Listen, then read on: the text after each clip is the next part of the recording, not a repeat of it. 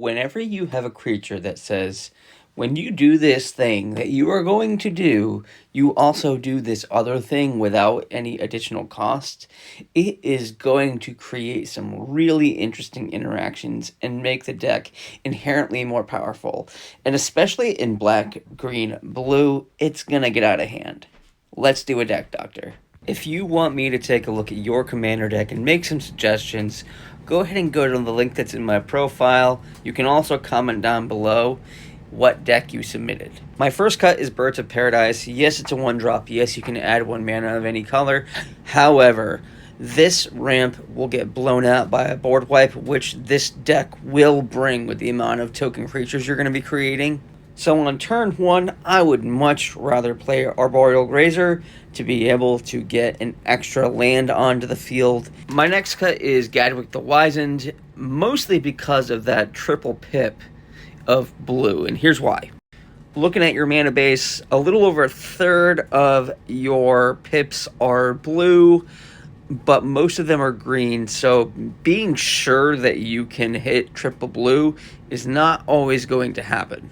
So for technically the same amount of mana, but also at instant speed, I'm going to suggest Drown in Dreams, because I feel like you're focusing much more on the card draw than on the tapping things down. My next cut is Poison Dart Frog. Again, creature-based ramp is okay, but you really need in this deck to have your ramp stick around, so having it removable with creature removal just doesn't make sense. And I'm going to replace that with Fertile Ground because this will give you some ramp.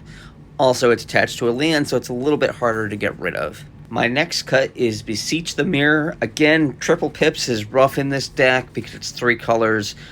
Also, the way that X spells work is a little bit different. When an X spell goes on the stack, it sees how much mana you paid into it for X. So if you cast it without paying its mana cost, X will always be 0. So I'm going to replace that with Benevolent Hydra because this lets you move counters around to a creature that needs to be a little bit bigger, and it does that kind of additional counters effect that you've got throughout the deck.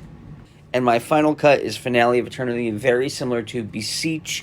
Most of the creatures that you have in this deck are X creatures. So, if you return them from your graveyard to the battlefield without paying any mana into them, they are not going to get any of the buffs or counters or things like that that you're hoping for. And we're going to replace that with Meatball, because Meathook Massacre is a busted card, and there's no reason not to play it in this deck.